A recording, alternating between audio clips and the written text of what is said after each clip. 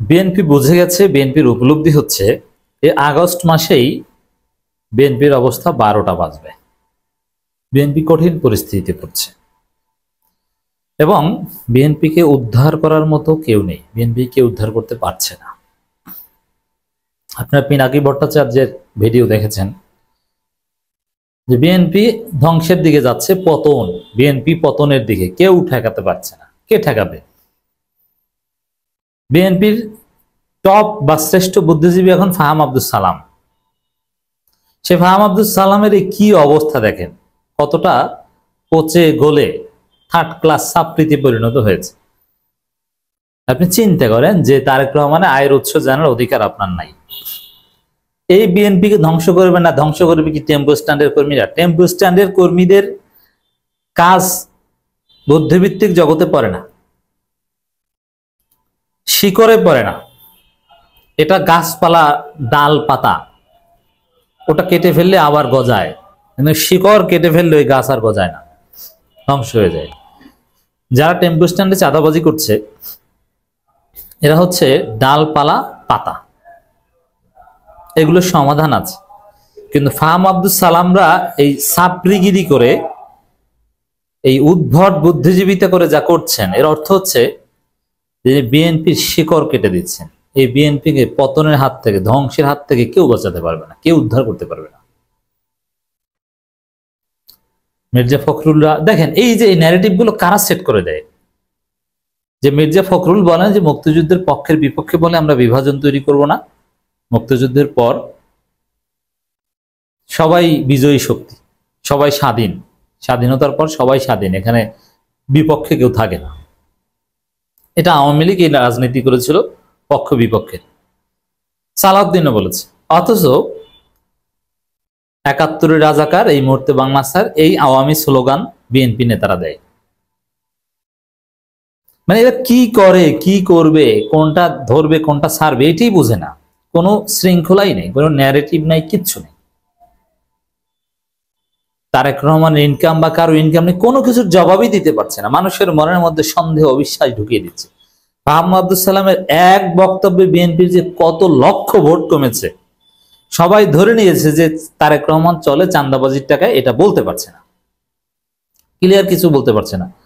আপনি যদি বিএনপির কোন নেতাকে অন ক্যামেরা টক শোতে প্রশ্ন করেন যে তারেক রহমানের ইনকাম সোর্স কি, ও ফিলার ওয়ার্ডস বলতে বলতে আপনার 2 মিনিট নষ্ট করবে, উত্তর নাই।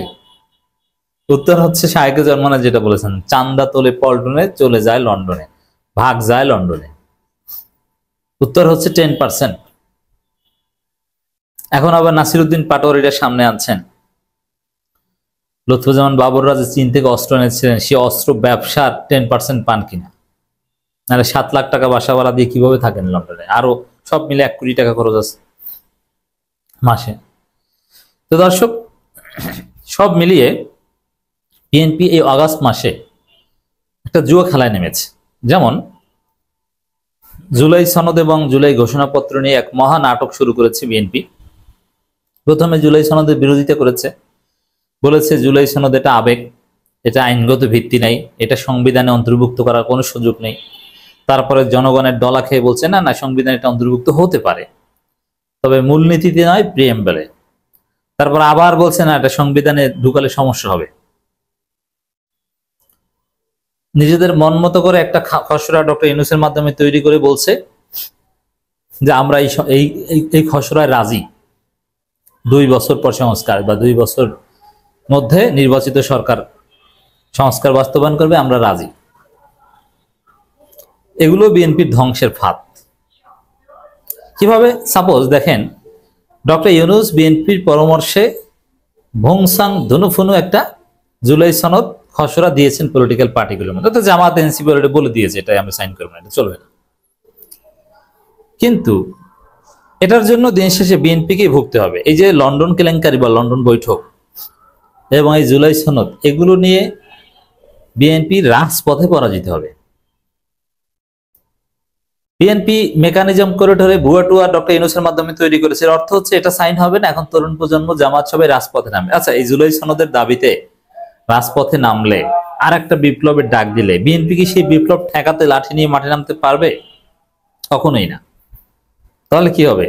বিএনপির পতনটা হবে রাজপথে। রাজপথে পতন হলে সেটা যে কতটা করুণ পরিণতি হয়, এই পতন মানে এই নয় যে বিএনপিকে পিটিয়ে বাংলাদেশ ছাড়া করবে, না, তা না। যেমন আওয়ামী লীগ নিষিদ্ধ হয়েছে বিএনপি ছাড়া রাজপথের আন্দোলনের ফলে। ওইখানে কিন্তু বিএনপির নাকে খত দেওয়া হয়েছে। বিএনপি 2 দিন আগে বলতো আওয়ামী লীগ নিষিদ্ধ আমরা চাই না, এটা আমাদের বিষয় না। যেই রাজপথে আন্দোলনের মাধ্যমে নিষিদ্ধ হলো তারপর বলছে যে আমরা স্বাগত জানাই, আমরা তো এটাই চেয়েছিলাম। তো মানুষ বুঝেছে যে ধান্দাবাজি কত প্রকার কি। এখন এই জুলাই সনদ বা এই সব নিয়ে বিএনপি যে নাটকীয়তা করছে, এগুলো কিছু টিকবে না, রাজপথে আদায় হবে। তারপরে বিএনপি বলবে যে আমরা তো এটাই চেয়েছিলাম। দিন শেষে স্টাডি করলে বিএনপির কোনো স্টেক থাকবে না। সব জায়গা থেকে বিএনপি শূন্য, যে বিএনপি তো এখানে ছিল না। বিএনপির যেমন জুলাই আন্দোলন বিএনপি মুক্ত, জুলাই আন্দোলনে বিএনপির স্টেক নাই, বিএনপি কর্মীদের আছে, দল হিসাবে বিএনপির কোনো স্টেক নেই। এরপরে আওয়ামী লীগ নিষিদ্ধ আন্দোলন, বিএনপির কোনো অস্তিত্বই ছিল না, বরং এর বিরোধিতা করছে। এখন সামনে এরকম এক একটা সফলতা আসবে রাজপথে, ইতিহাস বলবে যে এখানে তো বিএনপি ছিল না। আসলে পরবর্তী রাজনীতির যে ভিত্তিগুলো বাংলাদেশে প্রতিষ্ঠিত হচ্ছে, আওয়ামী লীগ নিষিদ্ধ আন্দোলন হয়েছে, নানান কিছু, আবার চুপ্পুকে সরানো হতে পারে, জুলাই সনদ আদায়ের আন্দোলন হতে পারে, সব কিছুতে দেখবেন যে এখানে তো বিএনপি ছিল না, বিএনপির স্টেক নেই। এভাবে বিএনপি ধ্বংসের দিকে যাচ্ছে। এই আগস্ট মাসেই বিএনপি কঠিন একটা ধরা খাবে। আগস্ট মাস বারবার পতনের মাস। 75-এ 15 আগস্ট ঘটে, 24-এ 5 আগস্ট ঘটে। বিএনপিরও আগস্ট দুঃখের আগস্ট। বিএনপির জন্য এটা অনুকূল হবে না। কেউ বিএনপিকে এই ধ্বংস থেকে উদ্ধার করতে পারবে না। রুহুল কবির রিজভির একটা বক্তব্য, আগস্ট ঘিরে সবাইকে সতর্ক থাকতে হবে। রিজভি এখন তিনি হয়তো মিন করেছেন যে আওয়ামী লীগ কিছু করতে পারে। আসলে আওয়ামী লীগকে নিয়ে কথা বলা পোষায় না। আওয়ামী লীগ পালাতক, পরাজিত শক্তি, ওরা কিচ্ছু করতে পারে না, ওদের করার কিছু সামর্থ্যই নেই। ওরা কিছু করতে গেলে মুহূর্তেই ধরা পড়ে যায়। ওরা 10 জন নিয়ে একটা মিছিল করতে পারে না। ওরা পারে মাইলস্টোন সচিবালয় আন্দোলনের মধ্যে ঢুকে যেতে এবং কয়েক মিনিটের মধ্যে ধরা পড়তে। দেশে যদি কোনো অস্থিতিশীলতার সৃষ্টি হয় বা কেউ করতে পারে, ওটা শুধুমাত্র বিএনপি করতে পারবে, অন্য কেউ না। এখন রিজভি হয়তো মিন করেছেন যে আগস্ট ঘিরে সতর্ক থাকতে হবে, আওয়ামী লীগ আকাম করতে পারে, কিন্তু আসলে জনগণের আন্দোলন এটা বিএনপির বিরুদ্ধে যাবে আগস্টে।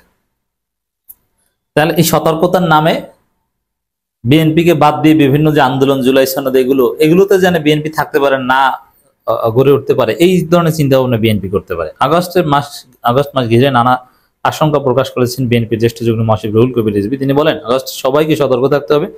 আওয়ামী ফ্যাসিবাদী সরকারের বিভিন্নভাবে যারা ঘাতকের ভূমিকা পালন করেছে তারা ভেতরে ভেতরে আবার সংগঠিত হওয়ার চেষ্টা করছে।